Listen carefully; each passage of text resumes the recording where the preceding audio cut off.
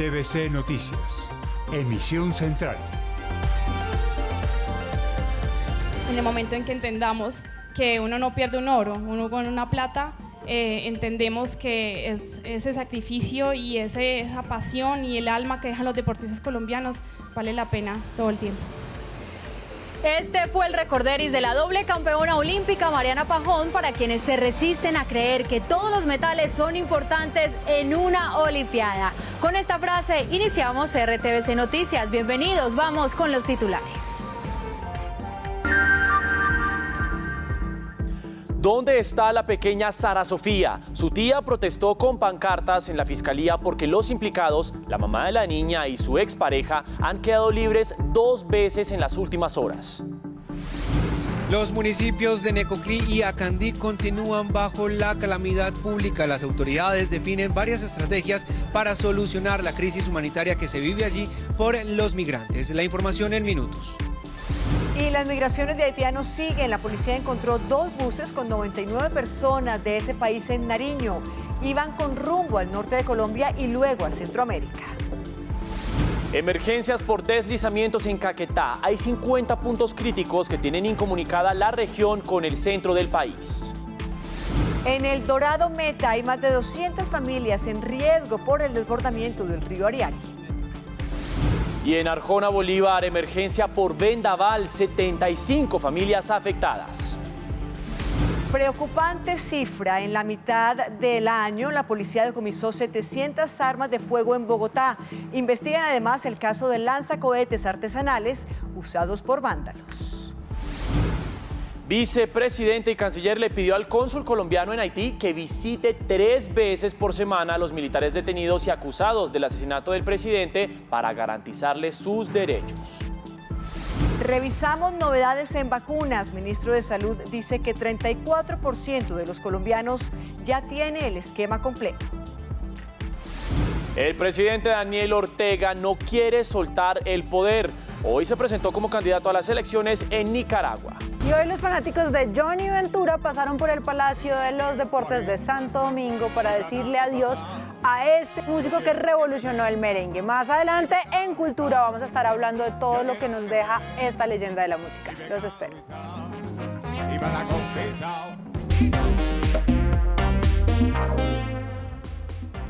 En RTVC nos preguntamos de nuevo dónde está la pequeña Sara Sofía. El paradero de la niña vuelve a ser un interrogante tras varios hechos judiciales en los últimos días. Y es que la justicia ha decidido dejar en libertad a los implicados en el caso, que son, recordemos, la mamá de la niña y su expareja sentimental.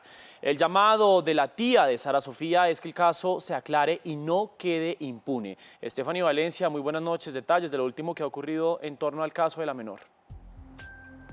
¿Qué tal? Muy buenas noches para todos. Como una burla calificó la tía de Sara Sofía los hechos de los últimos días. 2 veces fueron capturados y dejados en libertad los principales sospechosos de la desaparición de la niña, según los jueces, por faltas, por errores de la Fiscalía en varios de los procedimientos. Hablamos con la familia, hablamos con su representante legal sobre cuáles serán entonces las acciones que van a tomar a partir de ahora en este caso. Y según nos adelantaron, irá a instancias internacionales. Y no es justo que después de 7 meses de tener sus responsables capturados hoy no salgan, que los dejan en libertad porque no tienen prueba alguna. Y pues, ¿dónde está mi Sara? Los ojos de Xiomara Galván, tía de Sara Sofía, reflejan el dolor de la incertidumbre de todos estos meses, sin saber en dónde está su sobrina. Después de que en 2 ocasiones una juez decretara ilegalidad en los procedimientos contra Carolina Galván y Nilson Díaz, cambiaron de abogado y dice que la prioridad será buscar a la niña.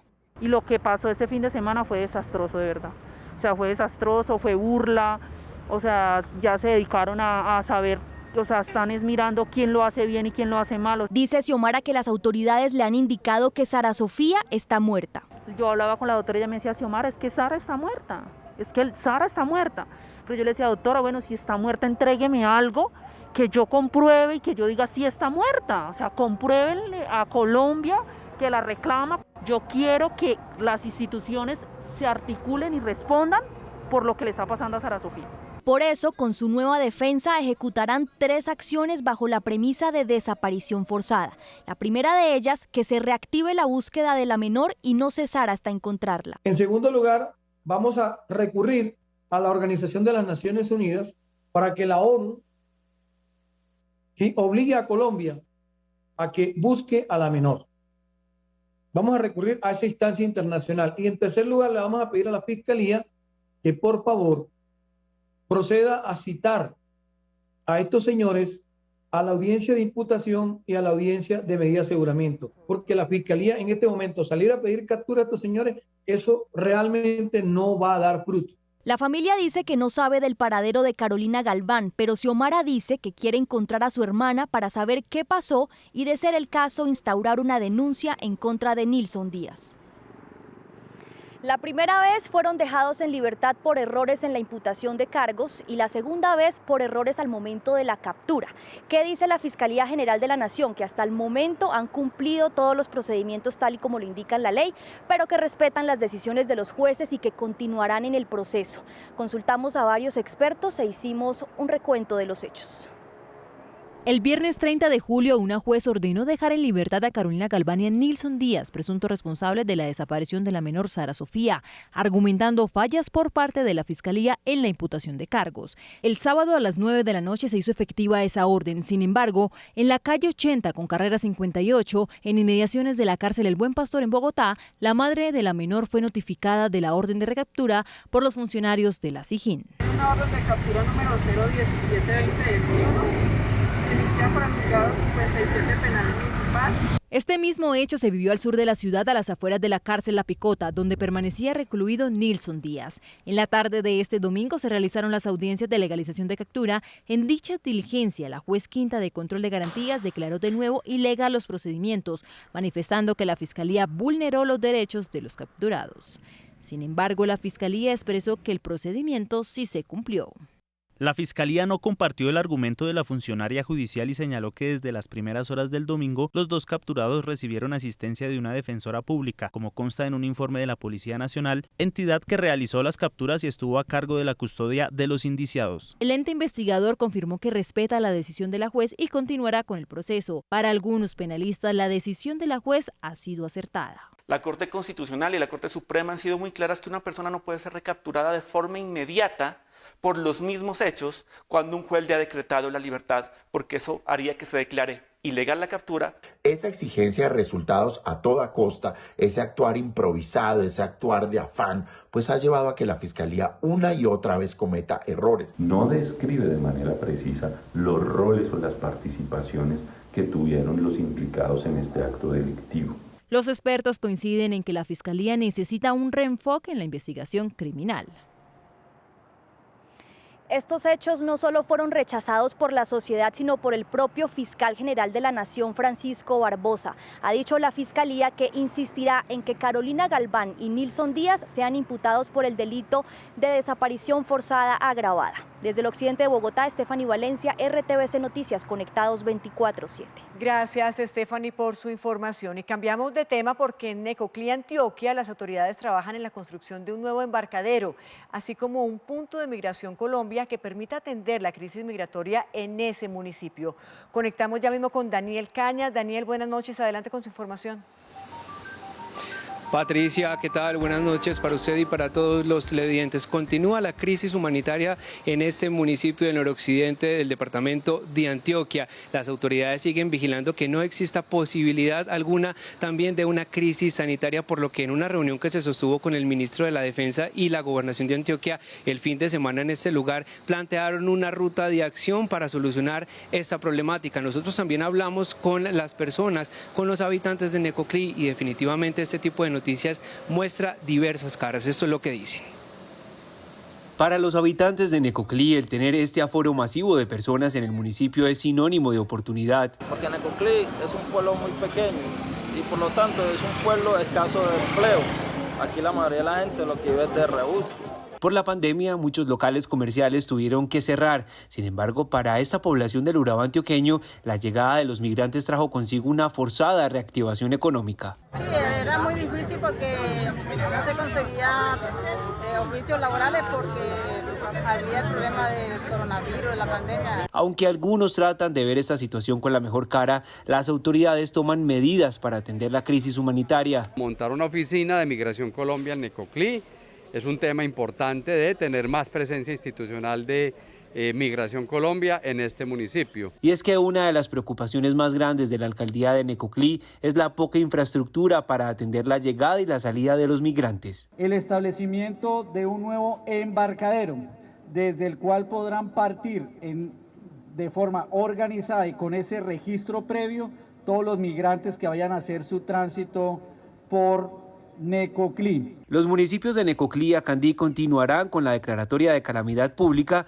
para garantizar los servicios básicos de salud en esta zona del país y evitar una crisis de salubridad. Y es que según desde la gobernación de Antioquia se destinarán entonces los recursos para acondicionar este espacio nuevo de Migración Colombia donde se harán los controles migratorios de esta persona, de estas personas. Este recurso saldrá desde el Fondo de Seguridad, según lo expresó el gobernador de Antioquia, Luis Fernando Suárez, en su visita al municipio de Necoclí. Nosotros, por supuesto, seguiremos atentos al desarrollo de esta información. Mateo, sigan ustedes con más desde Bogotá. Daniel Cañas, RTVC Noticias, conectados 24/7. Daniel, muchas gracias por su reporte y continuamos con más información porque es que a pesar de la dramática situación que se vive en Necoclí, siguen llegando al país ciudadanos haitianos. Y es que en las últimas horas la policía encontró a 99 personas de esa nacionalidad en vías de Nariño. Las autoridades encontraron a 99 personas de nacionalidad haitiana que se movilizaban en la vía Pasto-Mojarras en Nariño. Iban con destino al norte del país. Quienes se movilizaban como pasajeros en 2 buses de servicio público. Asimismo, fueron capturadas 5 personas por el delito de tráfico de migrantes.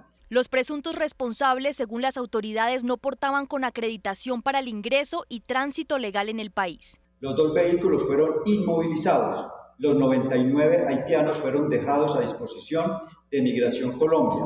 Al parecer, los migrantes habrían entrado por la frontera sur que colinda con Ecuador y Perú. Según las autoridades, los extranjeros llegan a Colombia para buscar una salida hacia países de Centroamérica y posteriormente Estados Unidos. De no ser detenidas, estas personas habrían llegado a las calles de Necoclí, donde miles como ellos buscan pasar el tapón del Darién y avanzar en su viaje. Han sido aprehendidos 170 migrantes de diferentes nacionalidades, capturadas 10 personas e inmovilizados 7 vehículos.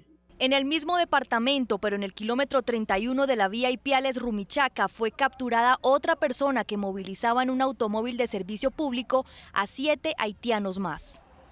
Y hay emergencias en varias regiones del país por el clima. Vamos a un recorrido que iniciamos en Caquetá, donde al menos 50 derrumbes tienen incomunicado el departamento. Más información con Catherine Vargas, periodista de la Radio Nacional de Colombia. En la tarde de hoy se habilitó el paso a un carril en la vía que comunica a Florencia con el interior del país. Sin embargo, las autoridades recomiendan a quienes deban movilizarse que se informen del estado de la vía, ya que el sector representa riesgos por la vulnerabilidad en la zona. Así lo indicó Jairo Gómez, secretario de Infraestructura de Caquetá. Si hay fuertes lluvias, no transiten sobre el corredor vial, ya que colocan en riesgo como tal el problema de deslizamientos y podría afectar la movilidad en este corredor. Y sobre todo pensar en restringir la movilización hasta tanto pase la temporada de ola invernal, que está contemplada aproximadamente dentro de 15 días. Caquetá estuvo incomunicado con el departamento del Huila por cerca de 40 horas. El punto más crítico del corredor vial por deslizamientos de tierra se registró en el kilómetro 72 más 100. Radio Nacional de Colombia y RTVC Noticias, conectados 24/7. En Meta, el desbordamiento del río Ariari puso en riesgo a más de 200 familias. 150 hectáreas de cultivo se han visto afectadas. Jason Cañón, periodista de la Radio Nacional, nos envía el siguiente informe.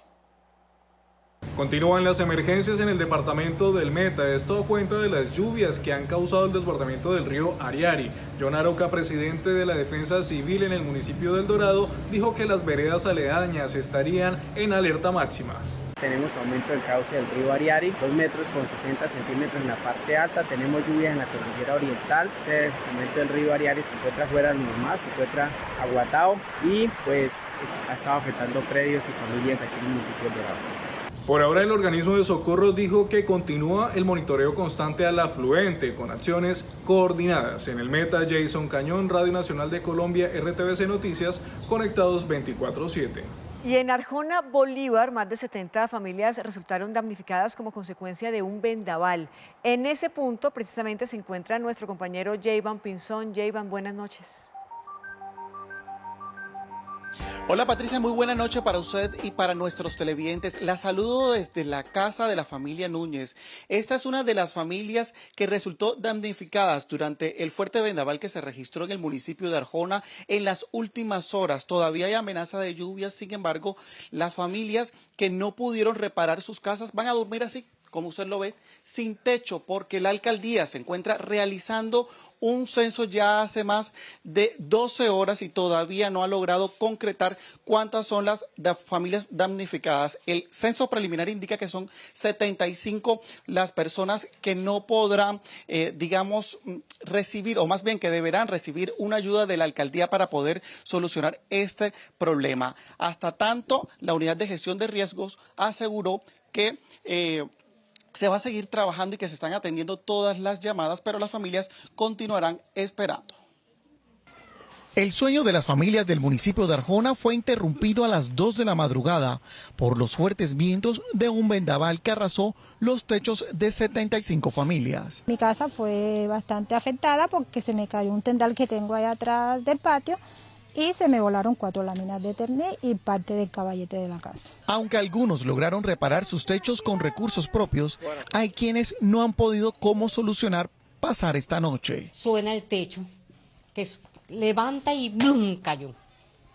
Después fue que yo me paré aquí, que veo que vino el aire y ¡blum!, se lo levanto.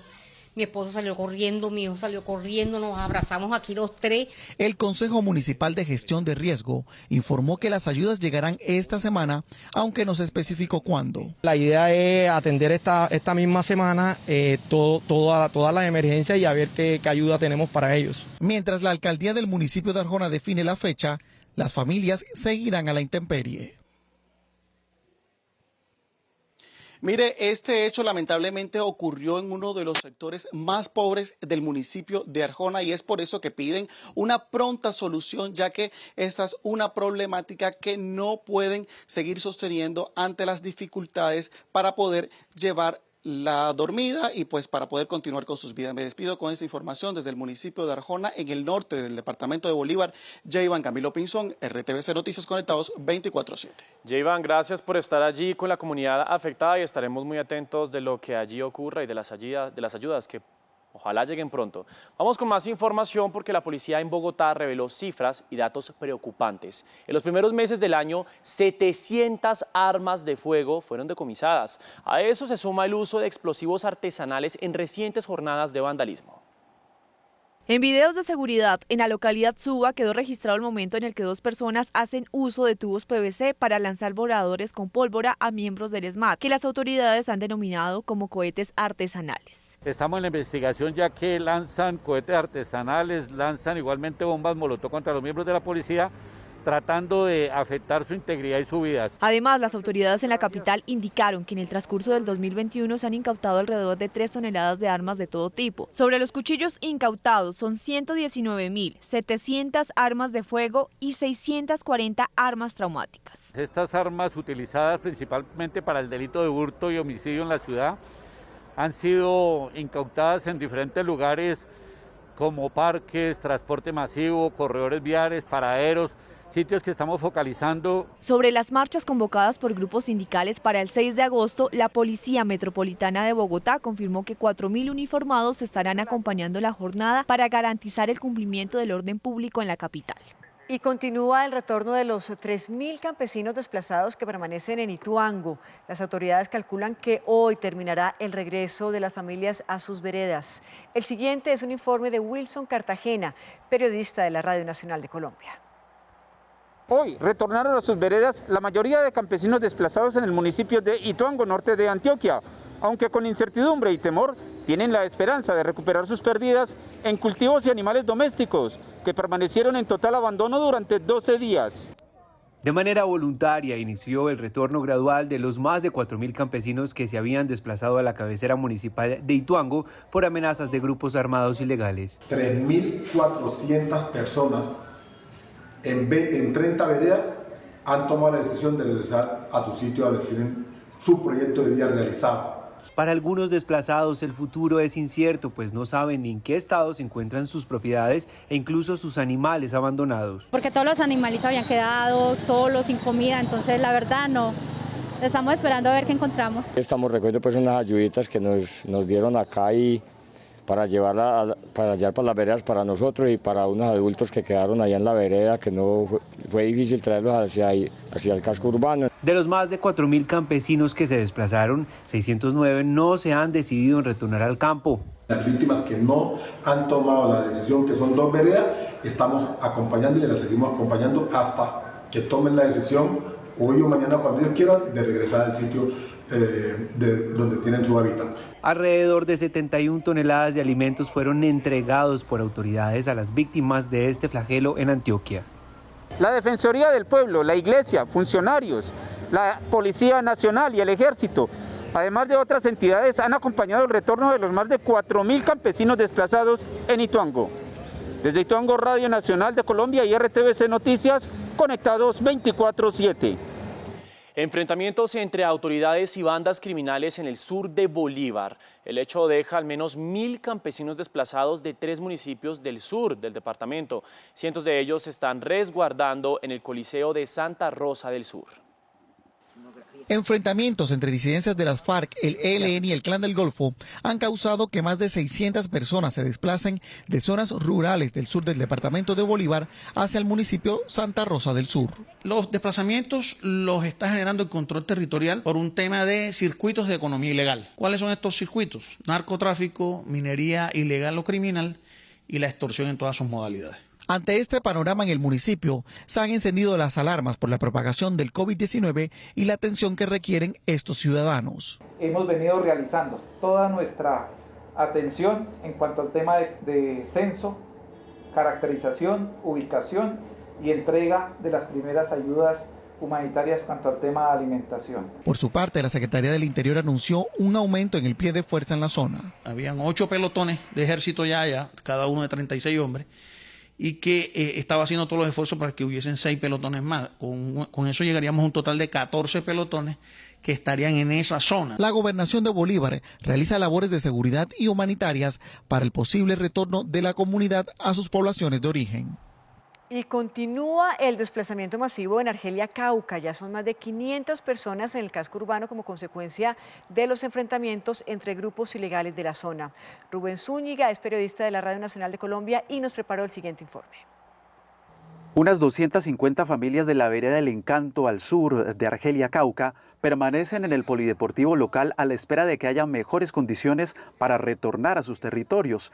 Esto luego de los fuertes enfrentamientos entre disidencias de las FARC y del ELN. El secretario de Gobierno del Cauca, Luis Cornelio Angulo, dice que ya atienden la crisis humanitaria.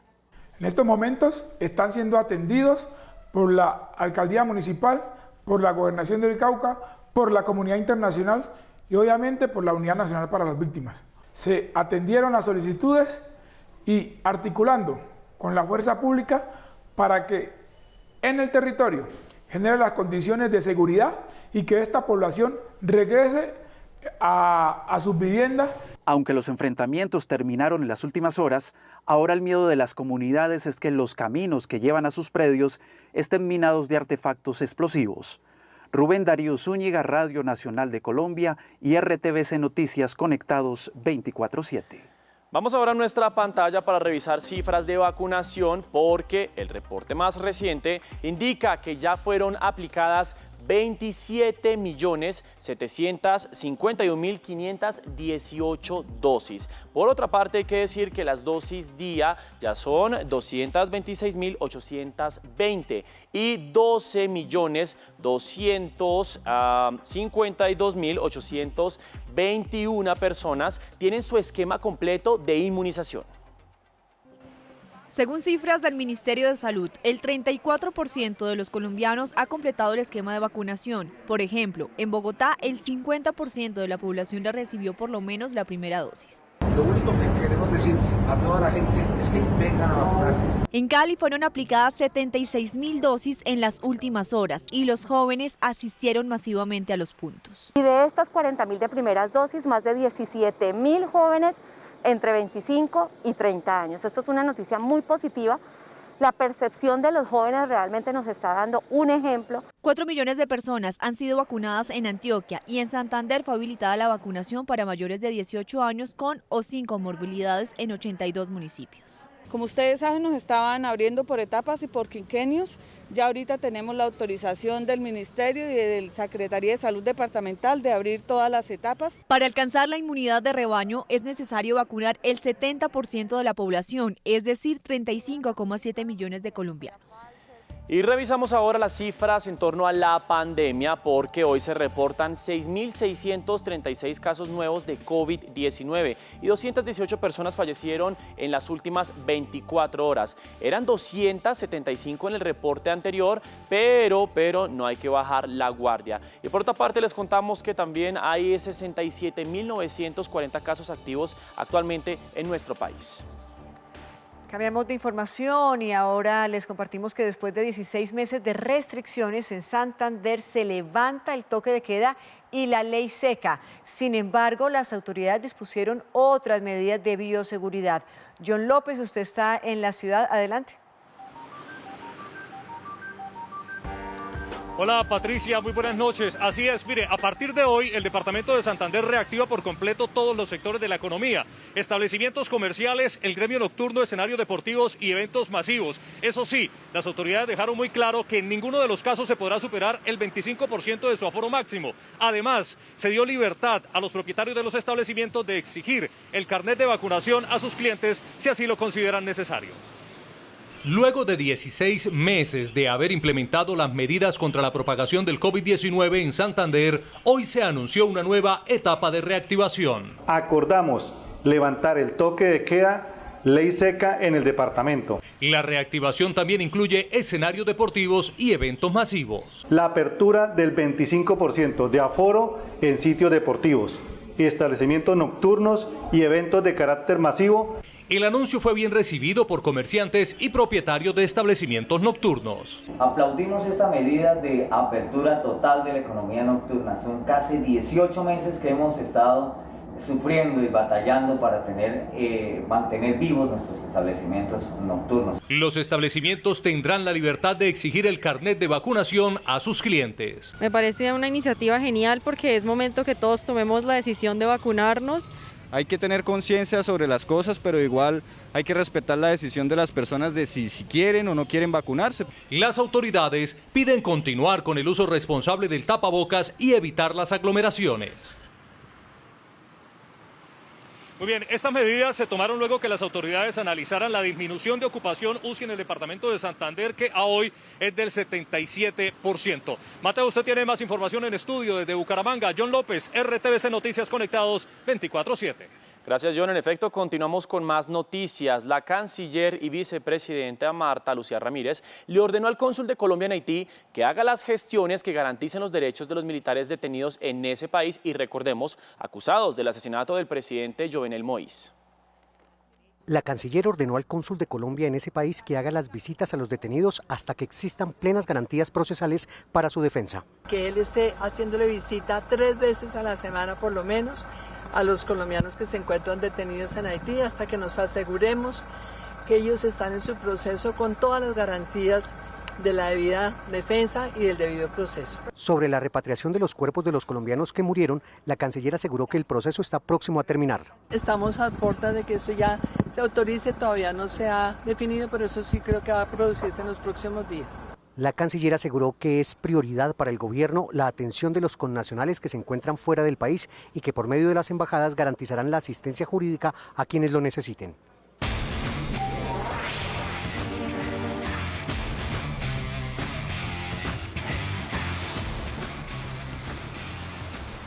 Muy buenas noches, bienvenidos a la información deportiva aquí en RTVC Noticias. Los saludo desde la ciudad de Medellín y feliz comienzo de semana. Pues bueno, esta noche nuestro boxeador Juvergen Martínez tendrá un combate importantísimo ante un local. Estamos hablando del japonés Tanaka.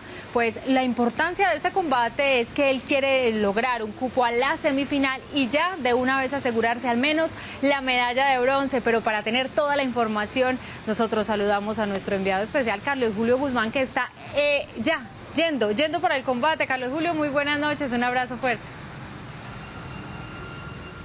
Vanessa, muy buenas noches. Bienvenidos, señoras y señores. Entramos rápidamente a contarles qué es lo que está aconteciendo con la presentación colombiana en un nuevo día de actividad en los Juegos Olímpicos. Ya estamos disfrutando de la presentación de los dos representantes de nuestro país en la prueba de trampolín 3 metros, Daniel Restrepo, Sebastián Morales. En el cuarto lugar, en el orden de participación, está Sebastián Morales Mendoza e inmediatamente su compañero de formación, nuestro compatriota Daniel Restrepo García. La prueba tiene un total de 18 participantes. Hay un mexicano, Rommel Pacheco, que es muy importante y está tercero en este momento en el escalafón después de 2 jornadas ya cumplidas. Tienen derecho a 6 intervenciones todos los deportistas. La competencia la está dominando un deportista de China, Wang, fantástico. A las 11 de la mañana estará interviniendo, hora local estoy hablando, el último de los integrantes de la delegación de boxeo presente en los Juegos Olímpicos. Se llama Juvergen Martínez. Juvergen va a enfrentar a uno de la casa, a un japonés, Rionei Tanaka, que venció 5-0 y 5-0 en sus combates anteriores a un chico de Venezuela, a Rivas, y a Hugh de la China. Durísimo rival. Juvergen ha dejado en el camino también a 2 muy duros y experimentados boxeadores, Mahomed de Botswana y Amin de la India, el número 1 en el escalafón mundial. Confiemos en que Juvergen, con su técnica y sus golpes, pueda avanzar a la semifinal, lo cual le garantizará ya medalla de bronce. Entonces, si lo hace, estará enfrentando al vencedor de un combate que se disputará después de las 12 del día, hora local, entre un uzbeco, lo he visto boxeando durísimo y muy alto, Soirov, y un chico de Filipinas, Panam, menudito como Juvergen, escurridizo y de buena técnica. Es lo que esperamos entonces de Juvergen, que logre reeditar lo que hizo en Río de Janeiro, accediendo a una medalla olímpica. Juvergen, la esperanza de Colombia, con sus puños, con su habilidad y desplazamiento en el cuadrilátero. Así es, Carlos Julio, esa es la esperanza en boxeo, porque tenemos otra esperanza en atletismo en los 400 metros gracias a Anthony Zambrano, que clasificó a la final de la prueba, quedando segundo en su serie, pero lo más importante es que logró marca a nivel nacional y también a nivel sudamericano. Todos vamos a estar muy atentos a lo que pase con él este jueves a las 7 de la mañana, para que estemos juiciosos ahí, todos enviándole la mejor energía para esta competencia. Sudamericano. A sus 23 años, Anthony José Zambrano representó a Colombia en los Olímpicos de Río, formando parte del equipo de relevos 4x400. Poco después sufrió una lesión de tobillo que lo dejó por fuera de competencia por 2 años. En su regreso en el 2019 fue campeón suramericano y panamericano, y fue la gran sorpresa positiva de Colombia en el Mundial del próximo jueves a las 7 de la mañana, hora de Colombia.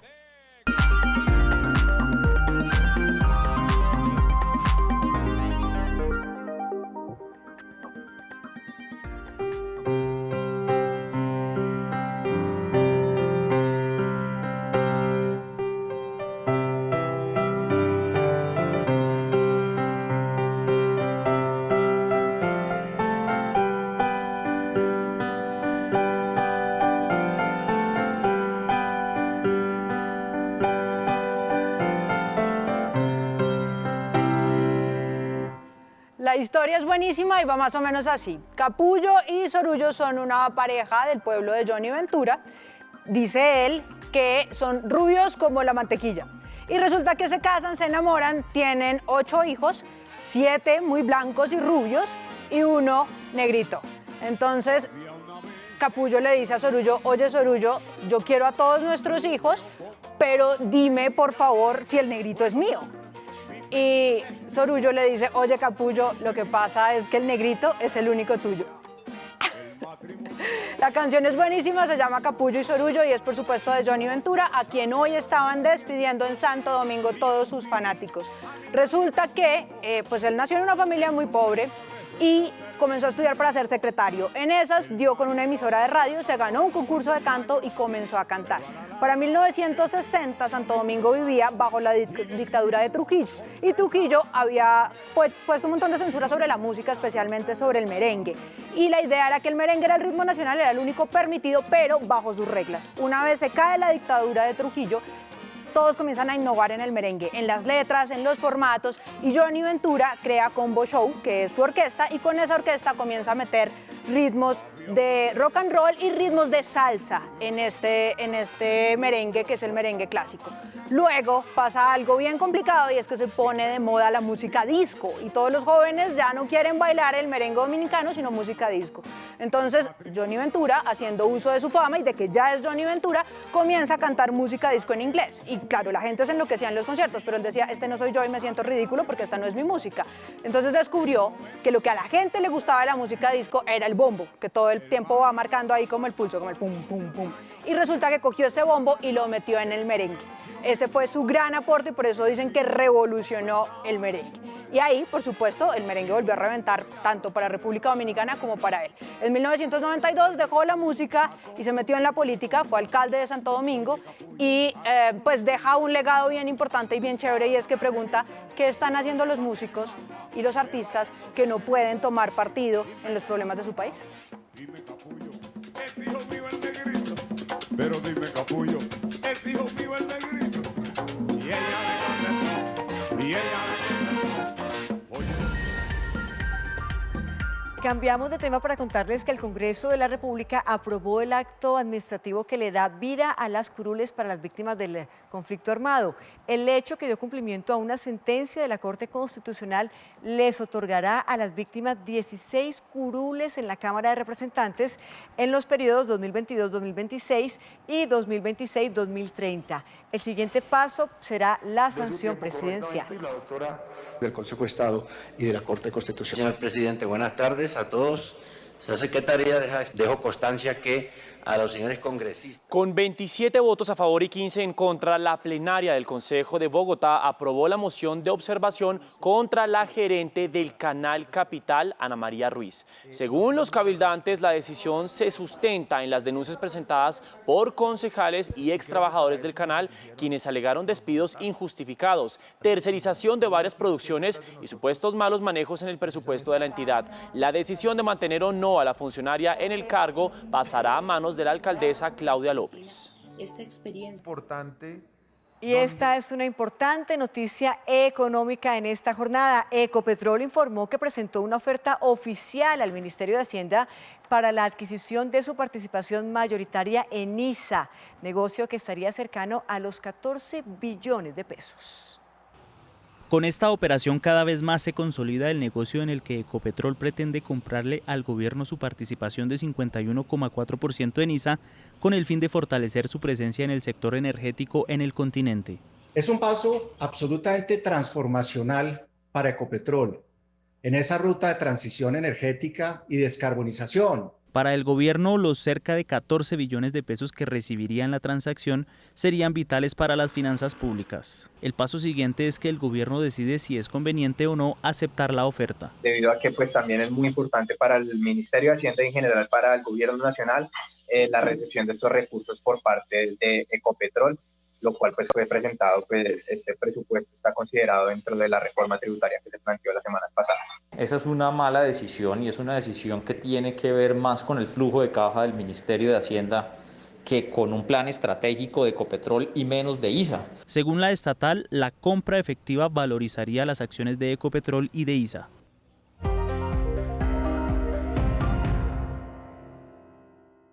El dólar en Colombia se negoció en promedio a 3.864 pesos y tuvo una caída de 3 pesos. 33% aumentaron las exportaciones colombianas en junio y llegaron a 3.046 millones de dólares. Los combustibles jalonaron el incremento con un alza de más de 40%. 134.128 vehículos nuevos se han vendido en Colombia entre enero y julio, lo que representó un incremento de 54,6% frente al mismo periodo de tiempo de 2020, pero una caída de 3,4% al compararlo con 2019. 1,5 millones de colombianos están cotizando a pensión bajo el sistema de beneficios económicos periódicos BEPS de Colpensiones, de los cuales 70% son mujeres. 187 millones de galones de gasolina se despacharon en el país durante junio, el segundo mejor mes en la historia del país. 250 pasajeros caben en un Transmilenio biarticulado, 62 sentados y 188 de pie. Recuerden que nos ven en Colombia y en el mundo por Señal Colombia y por el streaming de rtvcnoticias.com. Nos leemos con el numeral Me Conecto con RTVC. Los invitamos para que sigan participando, se sigan conectando en nuestras cuentas en Twitter y en Instagram. Hacemos una pausa, pero en solo un minuto volvemos. Y al regresar tendremos para ustedes oportunidades porque hay 3.520 vacantes para todos los perfiles en el servicio civil. En minutos la explicación, ya volvemos con ustedes. Ya regresamos con más información en RTVC Noticias.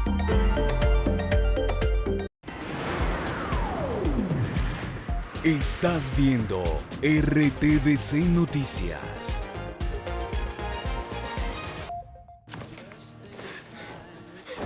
Esta semana en I'm with Annie. ¡Tose, Minimate! ¡Tose, por favor, tose! Un cambio inesperado y un desafortunado suceso pondrán a prueba. Si él no puede trabajar las tierras, tenemos que cobrar el préstamo para finales de mes. Lo siento, pero si no existe la capacidad de recuperar nuestra inversión, la inversión debe ser devuelta o la propiedad será embargada. I'm with Annie. De martes a jueves a las 9 de la noche.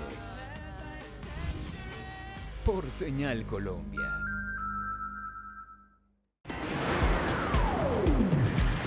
Estás viendo RTVC Noticias.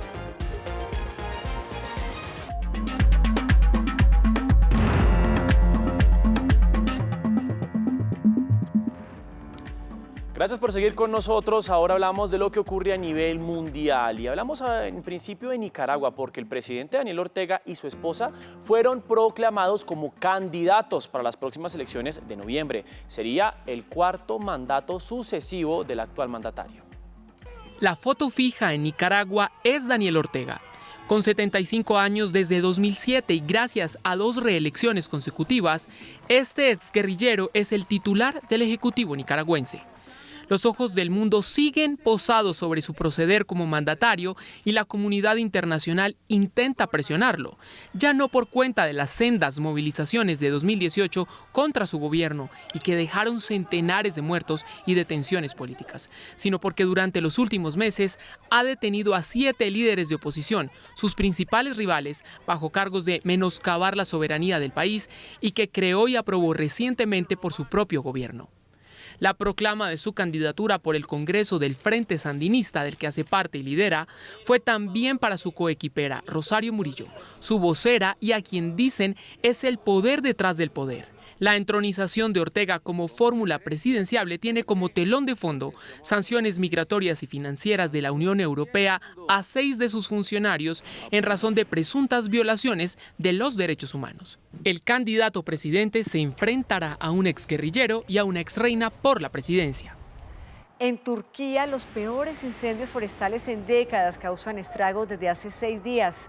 Casi todas las conflagraciones se han presentado en zonas turísticas del país, donde al menos 1.100 personas han tenido que ser evacuadas en botes. La Unión Europea envió 3 aviones de extinción de incendios para apaciguar las llamas que han quemado alrededor de 95.000 hectáreas. Y la ola de calor extremo en Europa también ha afectado a Grecia. El primer ministro de ese país afirmó hoy que las temperaturas llegarán a los 45 grados centígrados en algunas regiones, siendo las más altas desde 1987. El calor es tan asfixiante que la Acrópolis de Atenas cerró sus puertas hoy en la tarde, al igual que todos los sitios arqueológicos al aire libre. Estados Unidos consiguió hoy el objetivo fijado por el presidente Joe Biden de inmunizar contra el COVID-19 al 70% de la población adulta de ese país con al menos una dosis de la vacuna. El hito, sin embargo, fue alcanzado un mes después de la fecha prevista. Más noticias de la pandemia en el siguiente informe. La dominancia de la variante Delta del COVID pasó de ser sectorizada a global. Y China, génesis del virus, aplica la lección aprendida.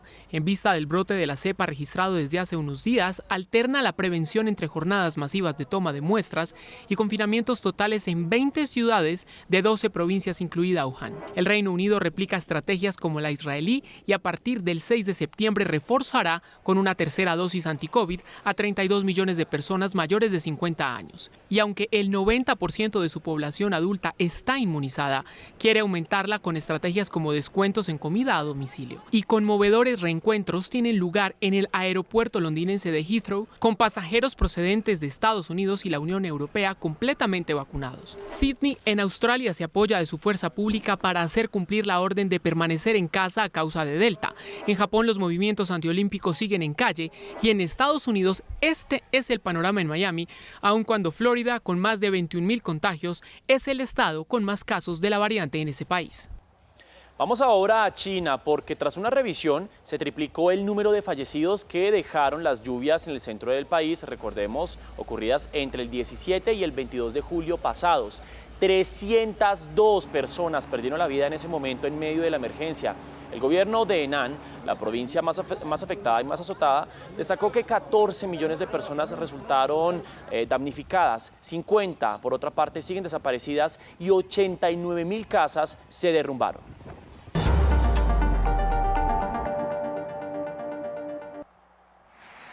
Y esta es la imagen del día que nos llega desde Francia. Son las pandas gemelas que Juan, su madre prestada por China al país galo, dio a luz en el parque zoológico de Beauval. Los 10 siguientes días son claves para estas pequeñitas, pero la buena salud que tienen, confirmada por los veterinarios que las recibieron, auguran que crecerán sanas y fuertes.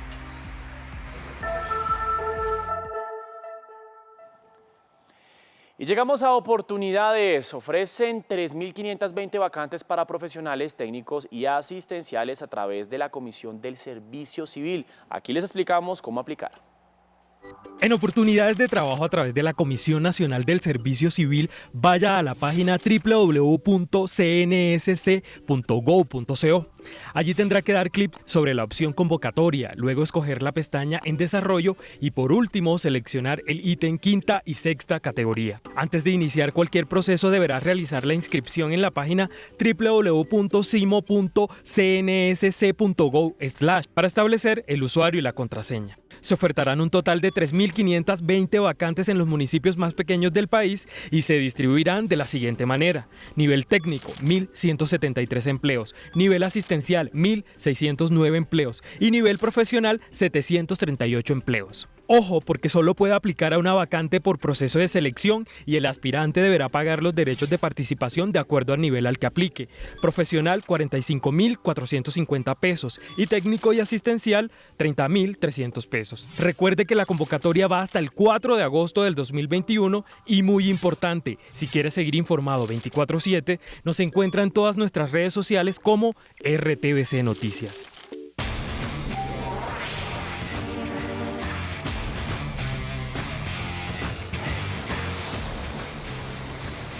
Seguimos con más deportes porque la bicicrosista colombiana, la reina del bicicross, Mariana Pajón, regresó a Colombia y habló de varias cosas. Habló de la importancia de ganarse una medalla olímpica de cualquier metal. También habló de su futuro y de la polémica con su esposo, Vincent Pelois.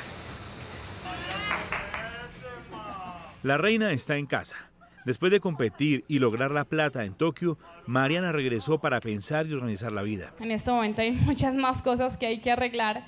Que todos los deportistas acá todos nos hemos fracturado y lesionado y nos hemos vuelto a parar y aquí estamos. El legado de Mariana Pajón es tangible.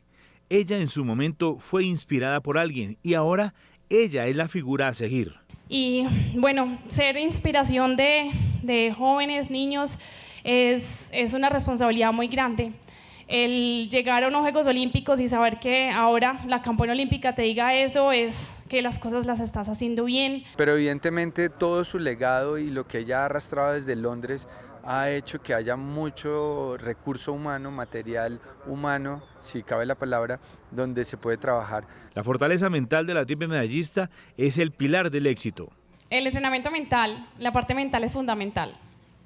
Cuando tú te entrenas físicamente y vas al gimnasio y levantas un montón y estás fuerte, pero no lo pones todo a jugar, no lo pones todo a explotar, no sirve de nada. Frente a las críticas, amenazas y malos tratos a los que se vio sometida, Mariana no ocultó su sentimiento. El amor siempre gana. Nosotros estábamos allá, la gente al otro lado de la pantalla, llena de pronto, no de rencor, pero de pronto con sus propios problemas también. Y yo siempre lo he dicho, vivimos en un país que es una olla a presión y en cualquier momento estalla. Mariana Pajón debe recuperar su cuerpo de todas las lesiones que ha sufrido. El espíritu está intacto y por eso hay una puerta que no se cierra en la ruta a la siguiente Olimpiada. Así es, pero seguimos con esas historias que nos gustan tanto de los Juegos Olímpicos, lo que realmente representa una Olimpiada. Porque miren ustedes, esto pasó en salto alto, un momento histórico para estos Juegos Olímpicos de Tokio. Los atletas Gianmarco Tamberi y Mutaz Barsim compitieron en salto alto. Los dos lograron 2,37 metros en la altura. Pero ¿saben qué pasó? Pues todos dijeron, esto quedó empatado, ¿qué vamos a hacer? ¿Vamos a seguir compitiendo para desempatar? ¿No? Los dos dijeron, bueno, no, si nos podemos ganar los dos el oro, pues así será. Y los dos consiguieron el oro y la forma de celebrar, pues a todos todavía nos tiene aquí en la memoria y sobre todo la alegría. Esto es normal que pase en unas Olimpiadas de compartir doble medalla de oro, pero pasa mucho en gimnasia. Lo que no pasa es en atletismo. Miren ustedes cómo fue esta historia. 15 días antes de Río 2016, Gianmarco Tamberi vivió la peor experiencia de su vida. Se rompió su tobillo izquierdo justo antes de cumplir su sueño y le tocó aplazarlo. Lo escribió en su yeso de recuperación y se lo propuso como meta, pero en el camino los resultados no se daban y ahí entró Mutaz para alentarlo. No lo precipites, tuviste una dura lesión y apenas estás regresando cuando nadie esperaba. Necesitas tomarte tu tiempo y no esperar nada pronto. Solo miremos qué va pasando. Esas palabras lo levantaron de la cama tan alto como para llegar a los 2 metros. Nunca hubiera compartido la medalla con nadie más porque pasamos por la situación más dura, que es una lesión y regresar. Él sabe y me ayudó a hacer lo necesario para volver. Ser deportista olímpico es admirar al rival, valorar los esfuerzos de quien compite contra uno y por eso todos se vuelven amigos en buenas y malas. Medalla de oro. Y nos empieza a dar como un poquito de nostalgia que se terminen estos Juegos Olímpicos porque tanto que nos han brindado durante estos días en espectáculo, en ejemplo, en valor al deporte. Pues bueno, quedan unos días, 6 días nada más. Recuerden que se termina el 8 de agosto. Vamos a repasar la tabla de medallería como está hasta este momento. China está en la tabla de posiciones ocupando el primer lugar con 29 medallas de oro y 62 en total. Le sigue Estados Unidos con 22 de oro, 64 en total. Colombia está en la posición 58 con 2 medallas de plata y 1 de bronce. Seguimos con este resumen de todo lo que ha pasado durante esta jornada en los Juegos Olímpicos. La atleta Kristina Tsimanouskaya, amenazada de repatriación forzosa a Bielorrusia tras criticar a las autoridades deportivas de su país durante los Juegos, recibió un visado humanitario de Polonia. La velocista temía ser encarcelada si regresaba a Bielorrusia, ya que su retorno le fue exigido luego de las críticas a su federación por obligarla a participar en el relevo 4x400, porque otras 2 atletas no habían superado controles antidopaje. Y la pesista neozelandesa Laurel Hubbard se convirtió en la primera mujer transgénero en participar en unos Juegos Olímpicos, pero no pudo levantar ninguna de las barras en la competición de 87 kilos y fue eliminada. Hubbard, de 43 años, nació varón y compitió en categoría masculina antes de hacer la transición a mujer pasados los 30 años. Su presencia en Tokio es una medida innovadora que, según los responsables, hace que los Juegos sean más inclusivos, pero que los críticos temen que perjudique al deporte femenino.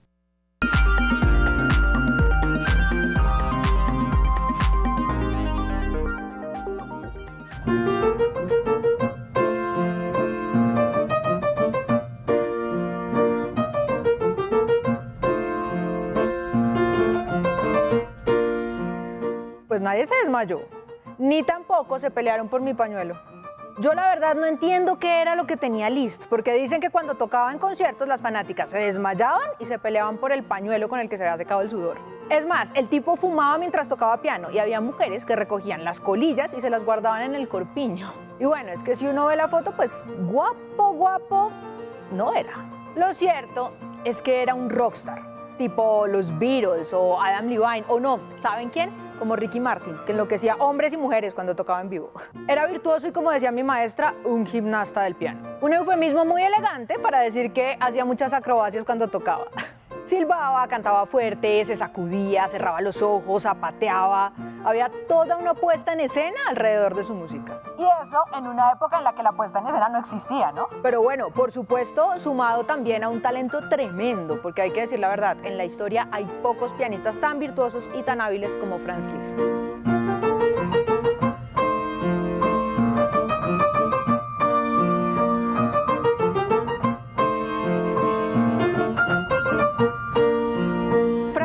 Un pianista del romanticismo que nació en Reading, lo que antes era Hungría y ahora es Austria, el 22 de octubre de 1811. Su talento más grande como músico era tocar piano, así que hacía giras dando conciertos por Europa y las salas se llenaban para verlo.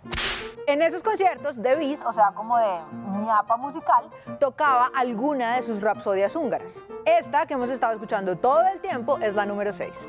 Lo interesante de las rapsodias no está en la profundidad de la música, es decir, así como que uno la escucha y se conmueva tanto que le abra a uno una nueva visión del mundo, pues tampoco.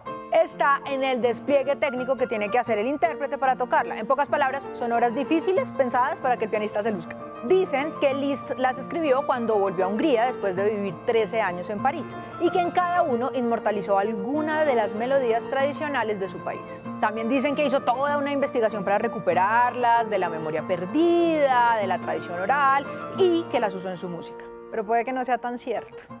Hay otros que dicen que eran melodías populares escritas por los demás compositores de la época que habían tenido tanto éxito en los campesinos que sonaban todo el tiempo y en todas partes.